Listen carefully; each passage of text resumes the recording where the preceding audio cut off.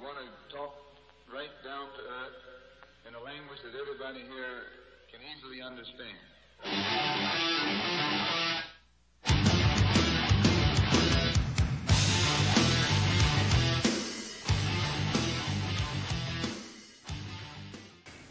Hey guys, Sean Snow's back again. It's Alex. Justin the Orange Dream. It's me, Noah. And we are here with your post-Wrestlemania Running the Ropes. We're going to be talking about the Raw after Mania, and what a spectacular show this was.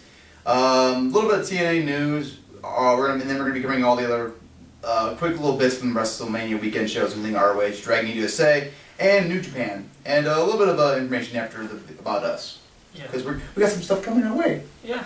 You know, That's right. Post-WrestleMania excitement, boys. Yeah. All right. Gotta start things over. All right. Well, do you want to start with Raw, or do you want to talk about the WWE Hall of Fame show? Let's start with Raw. Okay. All right. Yeah, that's what people want to hear. Yeah. Yeah, that's what people want to hear. This was one of the most enjoyable Raws I've ever seen. Yeah. This was fantastic. I mean, from start to finish, this was a very, very fun Raw. Started things up with Daniel Bryan coming out there with the WWE World Heavyweight title, and the crowd was electrifying.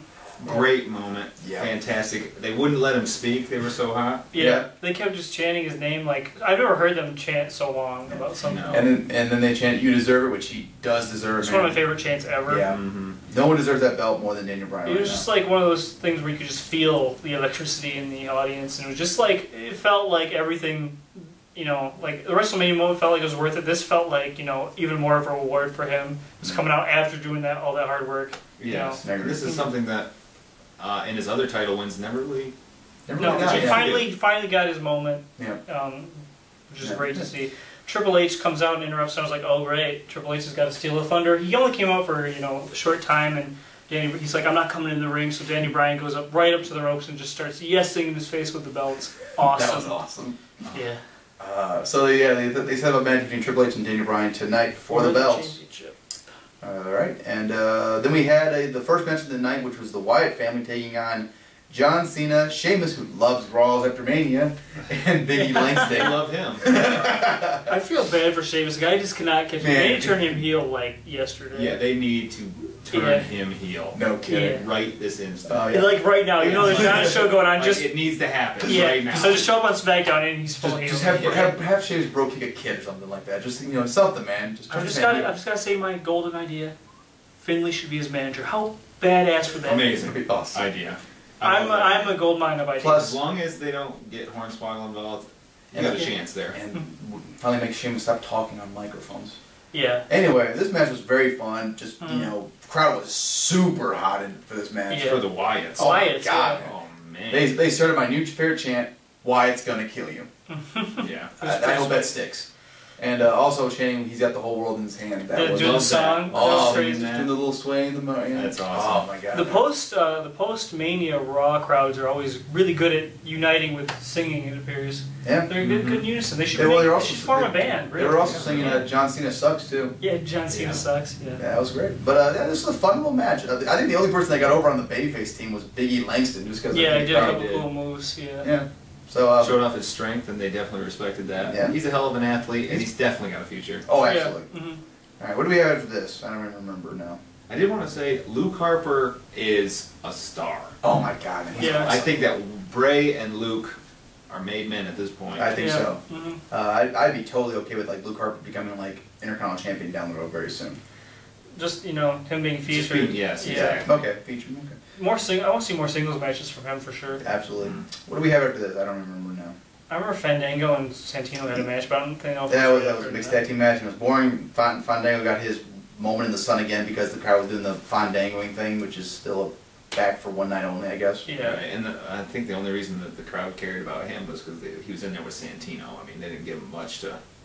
They would put him in there with anybody else. They probably wouldn't have cared too much about Fandango. I don't know. But they also did the Emma dance too when she won the match. Which, okay. Love the Emma lock. Yeah, that's cool. I like that. Yeah, I like Emma. I think she's good. They doing her no favor sticking with Santino though. No, sticking Santino is a death sentence. Yeah.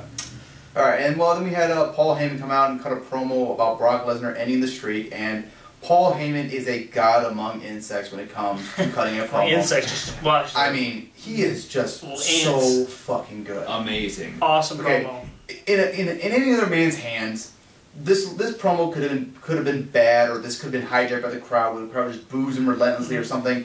Paul Heyman, by the end of this promo, the crowd loved him, and we're totally.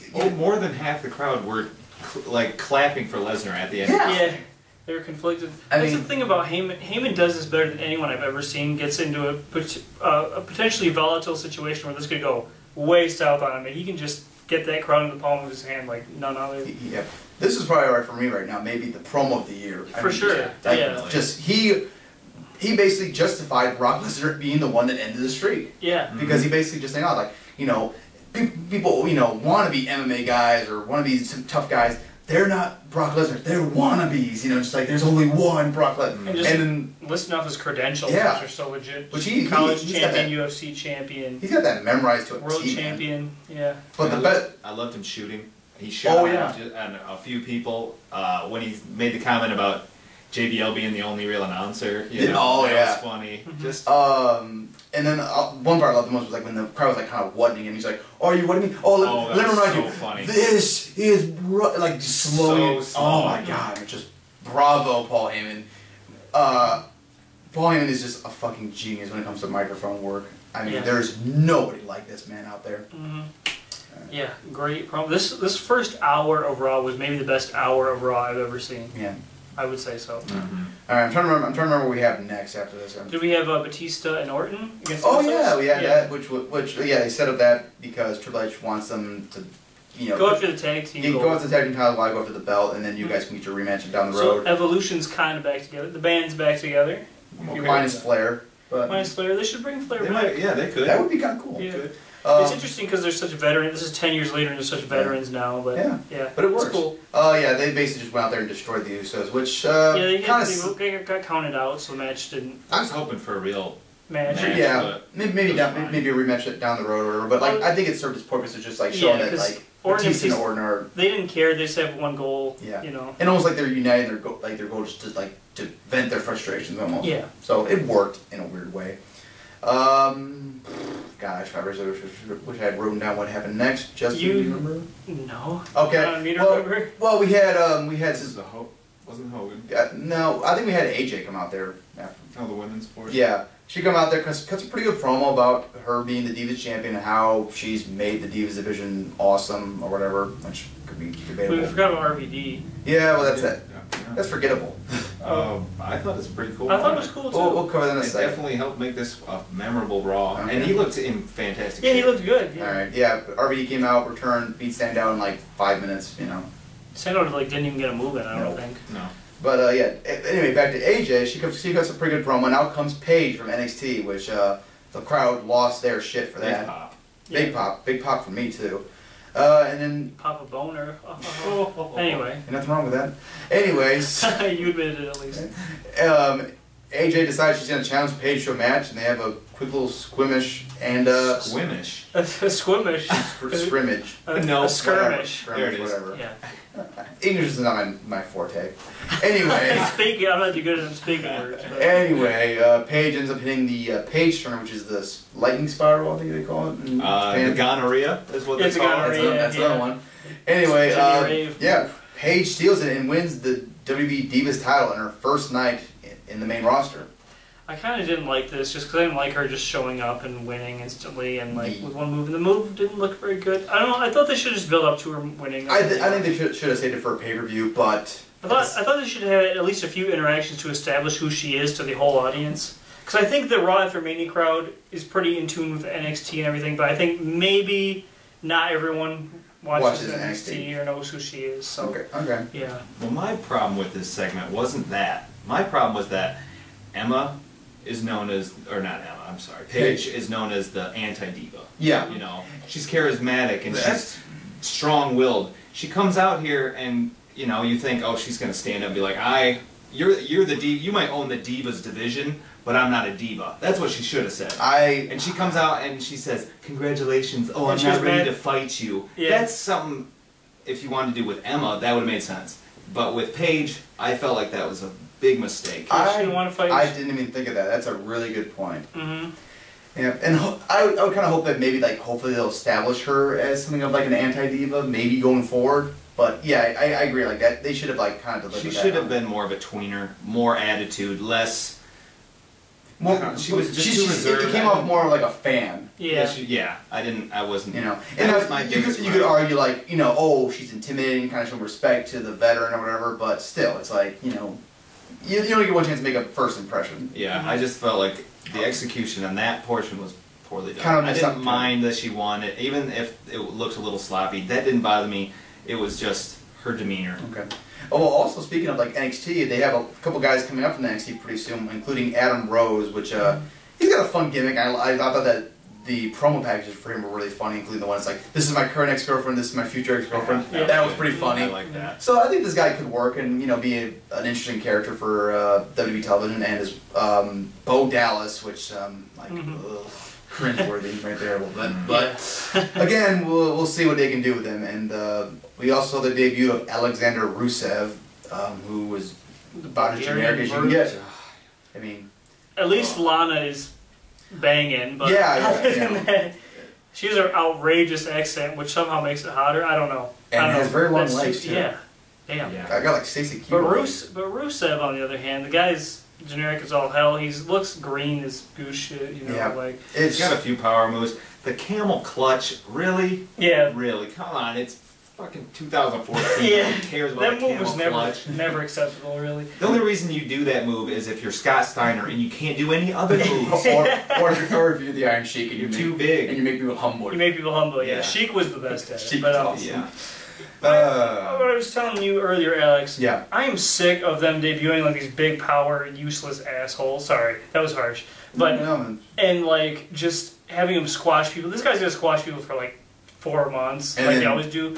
This doesn't help anybody. It's like they're so repetitive. It's predictable. It doesn't help anybody because the guy doesn't learn how to wrestle in this time. Doesn't learn to get acclimated to, you know, like the style of match on the main roster. When was the last time? I was asking both of you, when was the last time they brought in a guy who just squashed people forever and it ended up panning out, like Brock Lesnar in 2002? That might be the last time. Yeah, but and again, I even mentioned it, like, Brock Lesnar didn't even wrestle matches. He just walked out there and just beat the hell out of people. Right. But even in recent memory, you got Ryback, that didn't do him any favors. Brodus Clay. Brodus Clay didn't do him any favors. Kali. Yeah. Just, no, it hasn't worked. No. So stop going to that well. People learn by being put in the ring with guys who can work and learning how to work. You can still have them dominate and look good, but have at least like a couple minute match. There's nothing impressive about dominating some small dude. Exactly. Right, yeah. Like, you send out Cesaro, and he's throwing around big guys. Yeah. That's impressive. Exactly. Why should I be impressed by this guy? Throwing around Zack Ryder. Yeah. Yeah. Yeah. And Zack Ryder's like beating up jobbers. Like if he came in, I could see if he came in and was beating guys who were kind of established, that would kind of put him over. But he's not. If he beat Big E Langston, I'd be impressed. Or anybody above Zack Ryder, basically. Yeah. Well, speaking of Cesaro, we had the Andre the Giant Memorial Trophy presentation where Hogan came out, cut a little nice promo, brought out Cesaro, shook his hand, left, and like, the hell out of there. Thank you. Yeah, really. Which is so weird that Hogan's been kind of so in the background during his return. Like he hasn't overstayed his. That's how I like my Hulk Hogan. Yeah. You know. Yeah, he's been accepted. I hate Hogan, but he's been acceptable since his return. And then we had Zeb Coulter start cutting his generic promo, and Cesaro interrupted him. Which, by the way, Cesaro had a very nice jacket on too. Yeah. Yeah, he looked styling. And he cuts a promo about how he's not a real American. He's not a Zeb Coulter guy. He's a Paul Heyman guy. I lost my shit. I couldn't believe that. And right then, the entire IWC lost their collective shit. Yeah. I might have literally had a little slip out in my pants, but oh my god! So out comes I had to clean myself afterwards. Out comes Paul Heyman, and he introduces that he's the new manager of Cesaro, and Cesaro is now the King of Swing. Which so I was expecting a full-fledged like face turn, but him aligning with Heyman, it's a big swerve, and it's just awesome. Right. It puts perfect match. It puts him in the same spot as like CM Punk, where he can be face, he can be heel, he can be tweener. He's just gonna kick ass. Is what I got. He's not a face, he's not a heel. He's a Paul Heyman guy. Right. He's gonna be like Lesnar, who's just a machine who just beats up everybody. Out comes Jack Swagger, who breaks the trophy of Andre, which was kind of like, well, that's kind of rude. You know. It was rude. Yeah. It was a nice trophy. Yeah, it was a really nice trophy. Yeah. They had a nice little match, and then jerk. Swagger ran out and got counted out, so there's probably going to be a nice little feud for a little bit. Extreme Rules match, probably. Yeah. But, man, I mean, Cesaro becoming a Paul Heyman guy, that is a fucking dream especially for you, Noah, because I mean you are the biggest Cesaro fan. I was the one. Well, remember when he was talking about having a new Paul Heyman guy, and he was like Curtis Axel. I was like Cesaro. And Axel. Oh no, that was the worst thing. The opposite of anyone talented. Man. Anything. But one thing that I really loved about this segment was like, it made me feel at ease because earlier in the night, Heyman cut that promo about Lesnar. Yeah. And nobody came out to challenge Lesnar, and I thought, well, maybe Lesnar's going to take some time off. Maybe we won't be seeing that much more of Heyman. Yeah. And then this is like, we got Heyman. So we got all these awesome young wrestlers getting pushed, and we got Heyman. What could be? Yeah. That's all I need. My only hope is that it's going to be like when he was with CM Punk, where he'll cut a promo, but he'll also let Cesaro talk to, because Cesaro is a good promo guy too. Yeah. So I would he can hold his own enough. I think that he's a guy that it won't hold him back at all to be next to Heyman as a mouthpiece. Yeah. I think some guys, you put him next to a mouthpiece they don't need. Yeah. But he's a guy that I think it'll be a good interaction. Okay. Yeah. One more thing we had before we get to the main event, which was the Warrior coming out and cutting a nice little promo, just basically thanking the fans for. I don't know what Warrior was wearing here. It was weird. Yeah, he came out of like a suit, and then he got the jacket, and then he got the mask on. Yeah. He did do the rope shakes, which was kind of cool. Yeah. Like 5-year-old me was like, so. I was never that big of a Warrior, Mark, but it's still kind of cool. I could still I remember as a kid when he came back and teamed up with Shawn Michaels. It's not like he's the Great Muta or anything else I would mark like. But it's still cool, and hey, it's cool to see him back in the WWE, and then letting bygones be bygones, and it's pretty crazy to see that. I will say one of the definite positive things of Triple H, as we've mentioned this before, is like reconnecting with a lot of stars who you felt the bridges had been completely burned. Yeah. Bob Backlund, Bruno Sammartino, whoever thought he'd be in the Hall of Fame. That was the most shocking thing I've. And Warrior, who previously they did basically a documentary hatchet job on him, just burying him as much as they buried anyone. Basically, he's dead to me. Triple H has gone a long way to repair that because he's very much, he's bringing in a lot of young talent, but he's also honoring the old school guys. That's really a very important part of the business. I agree. Yeah. He's still missing one guy for that Hall of Fame. Yep. Or should I say one macho man? Good one. Subtle. Nah. But anyway, we get the main event. Wait, I want to talk about that. Go ahead.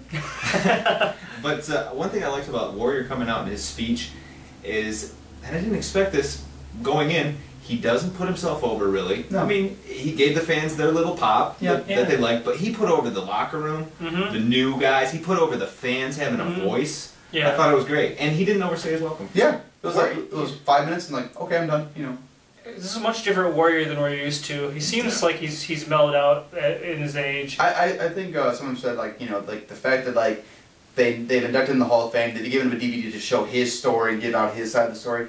I think that's kind of like wipe the slate of the self-destruction DVD clean in a lot of ways, at least in his mind. And they give him a nice position. He's an ambassador for the company now, which who thought that's even crazier? Yeah. That's what's nuts. He's taking over Foley's job basically. Yeah. All right. Well, then we get to the main event, which is going to be Daniel Bryan versus Triple H. And Bryan comes out comes Randy Orton and Batista, who beat him down. And then hit their finishers. Out comes Kane, choke slam, and it's like, oh, here comes Triple H to steal the victory. How dare he, evil heel, boo, boo. And then here comes the Shield. Shield, yep. And there's a question like, is it going to be on our side? We all know that the Shield's going to turn face, but this was really effective. Basically, the Shield comes in and brawls.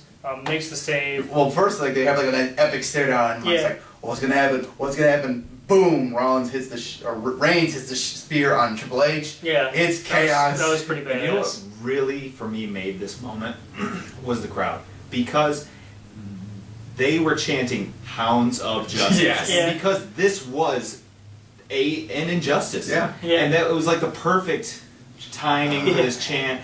And the post-Mania Raw crowds are just awesome. They're the best crowds anywhere. We need. I just wish this crowd was everywhere. It reminds me of like a Chikara crowd, but like thousands and thousands. Yeah, I agree. Who are just make everything better. Yep. So then Bryan hits Triple H with the knee, and then they have like an epic stare down. And there's a plancha or a tope the outside from the Shield. Yep. And Triple H looks at the Shield, and Bryan says, "You started a war."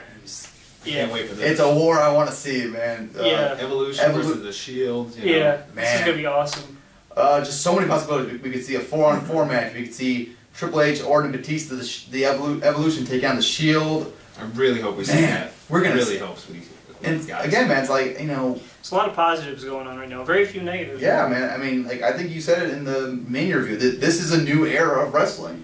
You know, wrestling goes in cycles. Sometimes we go through cycles of complete shit, like the past 6 months before. Yeah. Now, and sometimes they just hit on all cylinders. It's kind of crazy to go from all that shit to just hitting on so many things. But yeah, it's bad. And you know, it almost feels like before the 6 months, there was a good period. Yeah. But it feels like for the past few years, it's been kind of steady. Nothing blow me away. This is something that it feels like there's a very severe shift in their approach. The past 2 days have just like been probably the best days in WWE television and pay-per-view that I've seen in years. Because they're taking risks. That's why. And it's working. You might fail, but you're not ever gonna, you know, especially when the business was kind of down, you know, and still not back to, you know, where it was at its peak. But like, you know, if you want to get more fans coming in, you got to take a risk. You can't put out the same product and expect to bring in more fans. You just can't.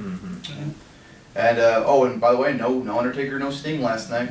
Which, no really crazy returns other than RVD. You know, this was just very focused on the current product, which I liked. That's good by me. Yeah. And one thing that I did notice, and it kind of dawned on me during Heyman's promo, was that this is the PG era, but that doesn't mean you can't be edgy. Yeah. You know, I feel like that's an argument people still have. Yeah. It's PG, it's lame. I disagree. I think that you can be very edgy and still be PG. I agree. Yeah. All right. Well, let's talk about something that happened on Saturday night, which was the WWE Hall of Fame. Me and Noah watched this live, and boy, we got our value. That's for sure. Oh man, I don't know if like. I remember thinking, man, this was a horrible mistake, but now I'm looking back on it, I'm like, man, I'm glad I saw that train wreck. We saw something very memorable. We'll just kind of cover the bases. Lita had a very nice Hall of Fame induction, a little too long though, but you know, she had a nice little promo. Yeah. DDP inducting Jake the Snake was the greatest, just funny as hell, man. He had a great story. Jake the Snake's speech was just heartfelt, very moving, very touching. You know, you can tell this means a lot to the man. I agree. They followed that up with a stupid segment that had no business being on the show. Just basically to make the audience feel happy and not Hornswoggle running around. And El Torito. Stupid. So what do we have next? Was it Mr. T next? I believe it was. Yeah, I believe it was. So we had I don't know who inducted T, but how comes Mr. T? Was it Roddy Piper? No, it was Mean Gene and his son, I think. Oh, okay. And T Jr. Okay. Yeah. Mr. T comes out, starts talking about the Bible verses and his mother, and talked about his mother, and then talked about his mother. Yeah, I think he mentioned his mother in there. His mother's dietary tracts and urinary tract. And then about how he loves his mother on Christmas. Not just on Christmas, but not just on Thanksgiving. He listed every holiday on the calendar. Including Father's Day. I think he said Arbor Day. I don't know. I stopped. He said Earth Day. He said Earth Day. He said Labor Day. He did say Earth Day? Yeah, I think he did. No way. Yeah. Oh, Insane. For a good 30 or 40 minutes, Mr. T was talking about how much he loved his mother. And once he got to that 30-minute mark, he started talking about all 10 of his siblings, one by one. Until Kane... I kind of want to watch this now. You should. Yeah. Until Kane comes out there, walks up to him, says something, and she's just like, I'm sorry, I went too long, I'm sorry. I'm sorry. Thank you, sorry. It's just like, Kane just told like, you went too long. They need some... He didn't mention WrestleMania 1. He didn't mention wrestling. he didn't mention the A-Team, nothing he was known for. He talked specifically about his mother. Wow. And this is why it was the greatest speech ever. They need to have like the Oscars. They have like an orchestra playing them off. They need to have something to play people. That's what off. Kane's for. Kane, yeah, he's the orchestra. Yeah. They need to have like a hook and just yank them off. People were joking about this while they were watching. Hey, take a shot every time that Mr. C says his mother. Alcohol poisoning. And yeah, it got to the point where we are not encouraging you that you do this because you will die. If it was 100%, if you will not live. If you were playing the Mr. T's Mama drinking game, you were probably not reading this because you were on conscience. Even if you're like a giant, God, Big Show probably couldn't survive that. It was hilarious, dude. Yeah. And then we had a king come out and do a nice speech about Paul Bear, which was very, very cool. And then out comes his sons, who looked very much like Paul Bear. Yeah, they're definitely his sons. Yeah. And one of them had a very nice Paul Bear impersonation, I'll say. That was cool. And then we get the moment that I really, really wanted, which was Undertaker coming out with the urn, does a pose, that's it. No speech, no nothing, that was it. It's like, perfect. Thinking back on it, that's kind of makes it even cooler that he lost the next night. It was like holding up the urn to his lost manager, and then it was the end of the Undertaker too. So it was kind of cool. Wow, symbolism. And then we had, I think it was Carlito and Primo and Epico introducing Carlos Colon. Yeah, I think that it was the Scott Hall. Was okay, okay, we had Kevin Nash. Oh yeah, no, Kevin Nash would come on next, and he had a very nice, little talk about Scott Hall. And Mr. T, like you said, talked a lot about Bible verses. Yeah. He quoted the Bible over and over and over. And the first thing, Kevin Nash comes out and stone face, looks at the crowd and says, "The Bible says," and just pauses, and everybody just kind of has a good laugh. I had some good stories about Scott Hall too, and then now comes Scott Hall. Cut a very nice speech as well, very short though, and then he had a really great line at the end. But it's like, bad times don't last, but bad guys do, and it's like, that's awesome. And then out comes Shawn, Triple H, Xbox, and Kevin Nash, the Click. They do the little pose, and just like, that's awesome. And Scott Hall, Razor Ramon, whatever you want to call him, he is still as cool as ever. Oh, he's still a cool guy. Yeah, I read like the first thing he does in speech, like he's just up there, and like the crowd's cheering, he just goes, "Here you go," just like that. And when he walks out, he has the toothpick, flicks it at the camera, and then he pulls out another one from his ear and puts it in his mouth and does a speech. I think it's awesome though that like Jake the Snake and Scott Hall are in the Hall of Fame and like getting their moment. And it seems like they seem to both be in a good place, and obviously DDP's had so much to do with that. Yeah. Oh, and by the way, both Jake the Snake and Scott Hall, great suits on them. I mean, it kind of shows like if those guys can kind of get together, I guess anybody can. Yeah. It's inspirational. I mean, those are guys that you would look at and be like, they should have died a long time ago. Yeah. Those were kind of like like you talk about like how like the dangers of wrestling and like how wrestling can make your have a bad end to your life if you're a wrestler.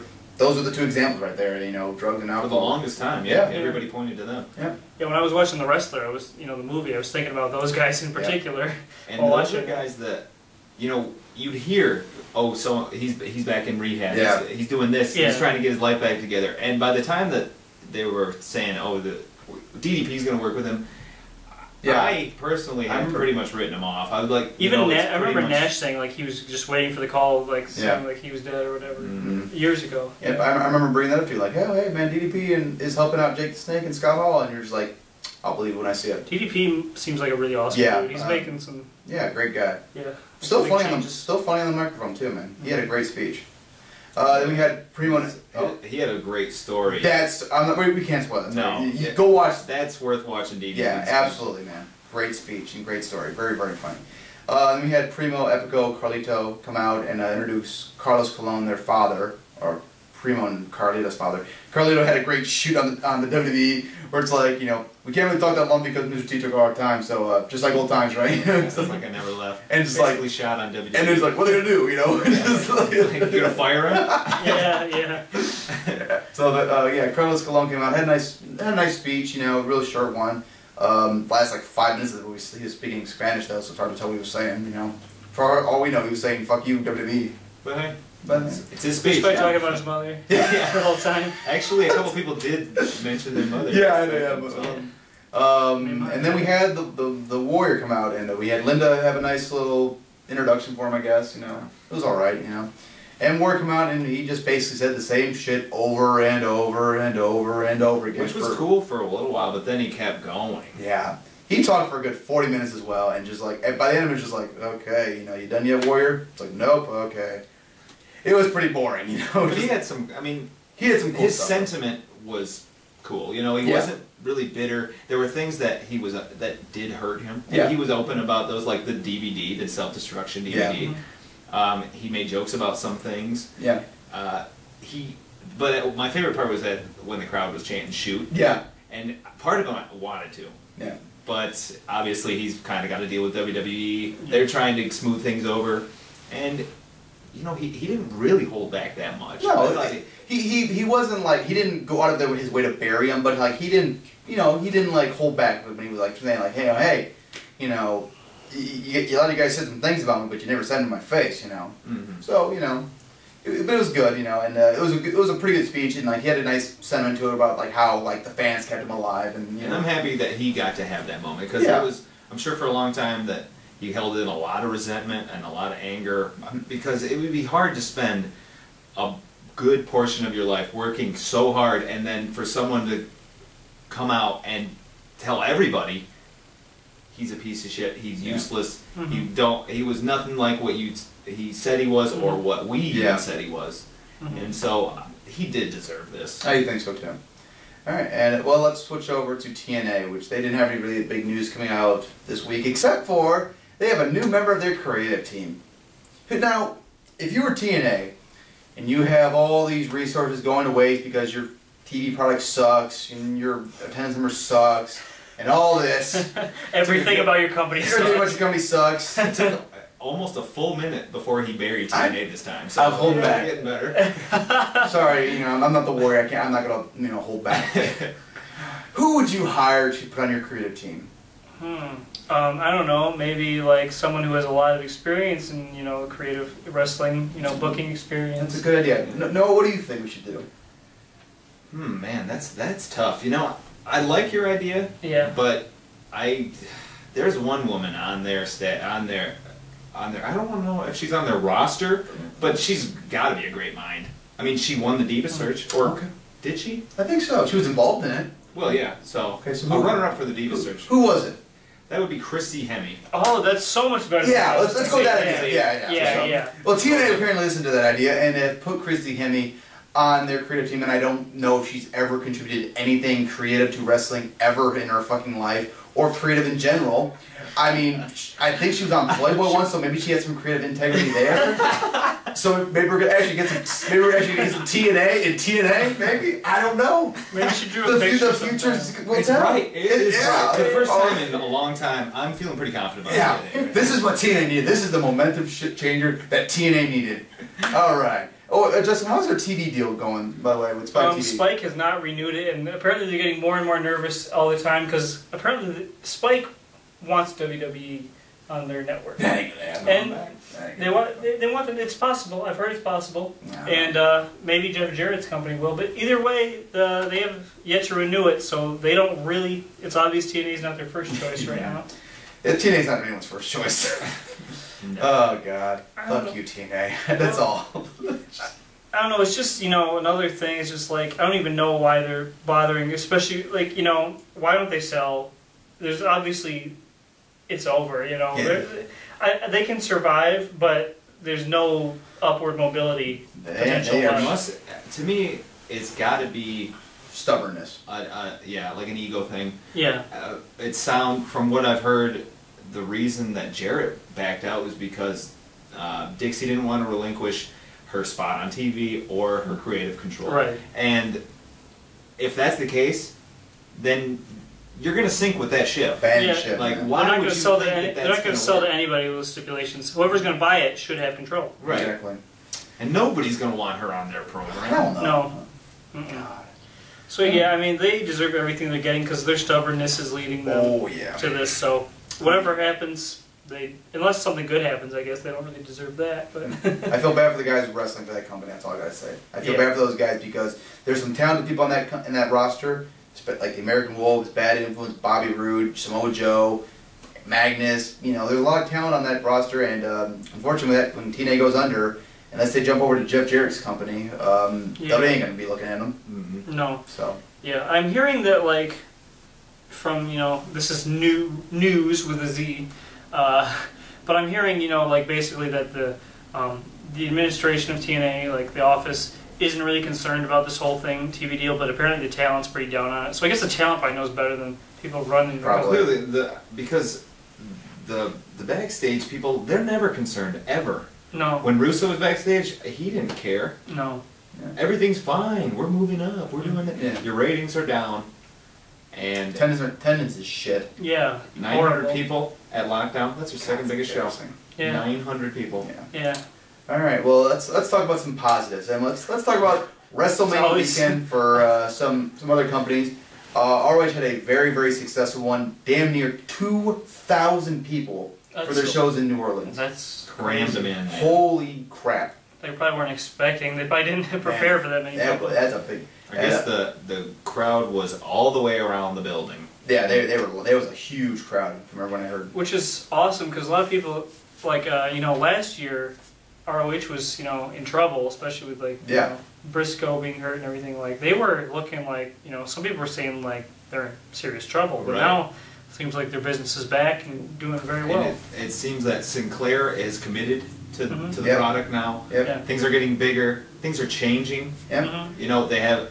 I don't know if you guys have seen any of their TV shows. Not recently. But they've got a cool little opener. Oh yeah, I have seen that. Excellence. That is great. Like they include clips with like Samoa Joe, Tyler Black, Bryan Danielson, Nigel. Yep. Just really great. And I like that. Like I like that they're paying tribute to the fact like, hey, we've created some excellent wrestlers. This is the future right here. Mm-hmm. Yeah. So, some quick things coming out of Supercard of Honor 8. We haven't watched it yet because it's not on video on demand yet. We're hoping to be up soon. Spoilers, obviously. Jay Lethal is the new television champion, turning heel against Tommaso Ciampa and joining Truth Martini. That's pretty crazy. Yeah, I don't like Ciampa losing. No, me neither. But I do like Jay Lethal turning heel because I think that he's not going to get anywhere being a face in the company, especially when there's so many other top faces ahead of him. So I think maybe being a heel will help him out. We'll see where they go with Okay. that. Yeah. Michael Elgin will face the IWGP champion at War of the Worlds at New York after beating Kevin Steen in what was described as a hellacious match and just amazing match. So really looking forward to that match. That should be a tremendous match. Cannot wait. It's a dream match. Yeah. Hell yeah. And then Adam Cole beat Jay Briscoe in the ladder war after a brutal match, according to everyone there. I really can't wait. Yeah, I can't wait to see that. that. I thought that this feud was a great feud. Probably the best feud that they've had in recent memory. Okay, I'll be down. They both, each guy cut some great promos. I don't know if you guys have seen them, but go back and see them. And I guess that there was blood, which was something that ROH had gotten away from. Yeah. So I cannot wait to see this. Yeah, I don't mind them doing that for like a match like this, just to show how brutal it is. Gotta be blood in the ladder war, baby. Yeah. You ain't gonna stop Jay from violent people. No. Violent people. You'll have to have 100 people just pulling his arm. And and also one thing to note is that Cedric Alexander versus Roger Strong has been set for the Toronto show, I believe, with New Japan and ROH working together. This is after Roger Strong beat him at Supercard of Honor. I really like this because obviously the show at Toronto will be a pay-per-view on Ustream, which I don't think they've mentioned, but yeah, which is a big deal. Big deal, yeah. That's awesome that New Japan and ROH are going to be having their show streamed. That's great. Going to get a lot of buys for that, I bet. But I like this because obviously Cedric Alexander should beat Roger Strong to get a big win or boost his career, and it makes more sense to do it on an pay-per-view since more people will be watching it. It'll be a bigger moment for him to win in front of a larger crowd like that. So I think it's a smart plan. Yeah, should be a great match to build off their previous one. I think so. Yeah. All right. Anything to mention from ROH? Well, ROH has been teasing some big announcement coming this week. We have no idea what. Apparently, it's not related to either of the shows coming up. Okay. So maybe iPay-per-views come back. Yeah, that's what I'm thinking because it's supposed to affect the company going forward. Okay. So it's going to be big. I think so. We'll see. That should be cool though. They're going to change the ring into a pool. Ooh, splish splash. Get Maria in a match now. Okay.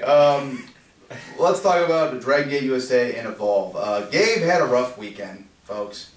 Evolve 28 took place on Thursday. Well, before we get to this, Dragon Gate could not get any Dragon Gate guys on the show for WrestleMania weekend, which is Gabe decided to announce the Monday before WrestleMania weekend. Or no, I think it was Friday or whatever, but like a week before WrestleMania weekend, he announced this.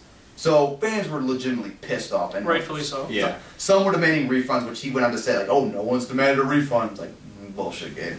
Right. Come on. Yeah, we Gabe, believe you. You know, this is the internet. Everyone knows everything. Alex, wrestling promoters never lie. Yeah. I mean, They're honest Gabe people. Sapolsky worked with Paul Heyman. I mean, where would he learn to lie working with Paul Heyman? They're just like politicians. They never lie about anything. We can trust everything they say. They just distort the truth. Anyway, so Evolve had a show on Thursday, which was... I heard it was very good. I haven't seen it. It was solid. I heard it was crap from everyone that watched it. Really? Yeah. I heard it was good. Really? There was a couple good matches on it. It was, I don't know. I guess it depends on who you ask. according to guys on 4-1 Mania, and like from every other review site I watched, like they did not recommend buying it. Well, there you go. I heard the crowd was small. Yeah, I heard there was almost nobody there. From one person that was there, he said it looked like there was like 36 people in the whole crowd. Legitimately. And I want to take this time to mention that venue was terrible. It was a fucking horrible. What the hell? It was like he was on a fucking. It looked like a goddamn high school stage he was on, where people could sit on the side, and then there's a big ass crowd in the fucking auditorium. Dragon Gate might be in dire straits, or Evolve to the well, same no, company. they're both because like Same Dragon company. Gate, yeah, Dragon Gate did the same. It had the same venue. So yeah, that they had the big hyped up Chris Hero Trent Beretta match, which turned into a clusterfuck of booking and just. I heard that match was really good, so I guess I'm just That's hearing the match different that stuff. I've heard that. No, was decent. basically like it evolved into like ref bumps, interference, you know, and just all kinds of bullshit. So I guess people's opinion of that match probably makes or breaks the show. I'm yeah, guessing. okay. Yeah. I did hear Drew Gulak and Biff Busick had a really good match though. I heard that one also. And then we had Evolve, or no, Dragon Gate USA opened the Ultimate Gate, which I actually have watched. Very good show, but they did have this one thing, which was the show's second match was Mr. A taking on AR Fox, which I was not looking forward to begin with, although I think in the ring wise it was better than I expected. But during the middle of the match, Larry Dallas comes out and announces that he has a special guest who's going to be joining us now in the ring. Out comes Teddy fucking Hart. Back from the dead. Back from the dead. Back from the blacklist that he's been banned from. I mean, holy shit, man. Nobody missed him either. Yeah, so. he comes out and then all of a sudden two girls come out and they got Teddy Hart's cat. The fucking cat. What is it with... He's like a crazy cat lady in male form. Crazy Yeah, cat so man. this is all fucking interference. Like, attacks both guys, lays them out, and then the match keeps fucking going. The referee saw the whole goddamn thing. What did the cat do? Anything? The cat just had the fucking pole. The cat looked scared, okay? Was it like a kitten? Like a house cat? It looked like your cat Hubert. Are you shitting me? I'm thinking like a freaking like... No. Tiger. ass, yeah. No, it was a fucking Something. It's Give a me house something. cat. It was a house cat. Oh my god. That's so... Why do two women need to bring out one house cat? Why is there a cat? Why? What's happening here? Cat scratch fever? Is that his finisher? Like, Did it have a scratching post? Did it have Yeah. No, he- I want to know the Oh, details. he just fucking put it on the ring post. Oh my god. Oh, but you see why people are like, what the fuck, Gabe? Yeah. Yeah. Oh, and by the way, not only did he have Teddy Hart, he also had fucking Loki there. But shockingly, he got Loki a job. Amazing. To Trent Beretta. I don't know what he did to get low-key the job. I don't know. Maybe it's some blackmail material on him or something. I don't know. Promised him one of the women that Teddy Hart brought with the cat. Promised him the cat. Teddy's not gonna be happy. That could become the storyline now. Where's my cat? Yeah, but it looks like there's Did you fuck my cat? Loki kicked his cat. Yeah, but it looks like they're going to be building up for Teddy Hart versus AR Fox, which, good God, there's going to be someone dying in that match. Just, no Might question. be the cat. We'll see. But yeah, the rest of the show is pretty good, besides that what the fuck moment. Apparently, now I haven't watched Mercury Rising, but from what I heard, it was just a terrible, terrible show from, like, the booking was just questionable from beyond belief. The opener was a 30-minute opener with what was described as 2 heat segments and a roll-up finish, which everyone loves those. Love 30 minutes of that lead to that. Yeah. Then they had, the whole thing was like the Gentleman's Club had broken up with Chuck Taylor being left by Drew Gulak and Orange Cassidy. And like, so they were supposed to be in a trios match. Chuck Taylor went alone against the Premier Athlete brand, and then Biff Busick came out and was teaming with Chuck Taylor. And then Teddy Hart came out looking like he was going to be teaming with Chuck Taylor and Biff Busick. He attacks everyone, lays them all out, leaves, and then Tony just pins one of the guys and wins. And the crowd was chanting, "Fire Russo." at a Dragon Gate USA good. champion. No, that's not bad. good. That is really bad. And they're saying this is stupid. It was a clusterfuck.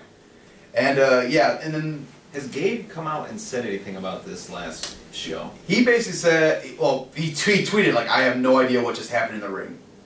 So That's not acceptable no. for your booker. And then he basically put out a long spiel or whatever about like how this weekend was highs and lows and like Saturday was a low point for him or whatever and blah blah blah blah blah. Just doesn't explain why the fuck he Book a better show. Yeah. Yeah, get your shit together. So Mercury Rising was considered a terrible show from everyone I heard went there. But I heard Open the Ultimate Gate was good, so maybe buy that one. And you see Teddy Hart with his cat, and a great match between Ricochet and Gargano, probably the best match from Mania weekend I've seen so far. But yeah, I mean, we could talk for a long time about just the struggles of Dragon Gate USA right now, and just how they need to change some shit about their company. But I think we'll say that for another time. Yeah. Because we'll be here for a while. Let's talk about New Japan. I mean, New Japan had I haven't seen it yet. I haven't seen it. I haven't seen it yet, but you know the results, right? I know the results of the final match. Okay. Mhm. Well, we'll cover the basics things, which is basically Nakamura winning the IWGP Intercontinental title back, which was very, like, okay, he lost it, and Tanahashi had 2 matches against him, and he won it I back. don't really care. Yeah. Whatever. Yeah. But the big news, which is we're not going to get Okada versus Bad Luck Fale for the belt.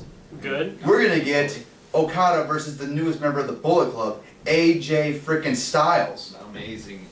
Yeah, it should be I mean, awesome. you want to talk should about be pulling great. the wool out of under people's eyes, man. That is just like, that's a big shocker right there, man. Yeah. Yeah. I mean, we all knew AJ was going to be signed with New Japan. We're all like, oh, he's going to go join, you know, he's going to feud with Tanahashi or whatever. But no, he's going to go join the Bullet Club and become a major heel. He's kind of the new First leader of the match. Bullet Club, isn't he? Yeah, because Devitt kind of Devitt like, lost to Gucci, so he's out of New Japan. it's still kind of up in the air because like apparently the loser leaves was like an unofficial rule. It was just set up between the Devitt and Taguchi. So maybe Devitt's staying, maybe he's not, maybe he's going to WWE, who knows? It's up in the air. Mm. It's wrestling, you never know. As long as I get to watch him somewhere, Yeah. I'll be happy. But yeah, this has set up a very interesting match because like now they have a match before the ROH New Japan show, so we might see a new champion before ROH weekends. Does that mean we would see Elgin versus AJ In New York. Yeah. I think Okada and Elgin are gonna. I'm kind of like, yeah, because it's like AJ just showed up in the company. Like I very much doubt they're going to give it, especially to an American. To give it to an American his first match in a company. Like, I don't think. Yeah. So. Well, I don't know. It's hard to say. I mean, it's AJ. He might not be sticking around long. He signed a 1-year deal. Oh, did he? Yeah. Well, there we go. So- he might not get it then. Yeah. But certainly does make New Japan a lot more interesting right now. Yeah, because Yeah. it was a little. I don't want to say stale, but like not as good, not exceeding its expectations. I think. Right. Mhm. Yeah, and this is, I know, they haven't had a really, for a title match that really felt like the focus. You know, like I agree. Nakamura and Tanahashi have been the focus, and like they're going to move away from that. And Yeah. Okada and AJ is a big deal, so Still waiting for Shibata and Okada. Just if it FYI. ever happens, please let it happen. All right.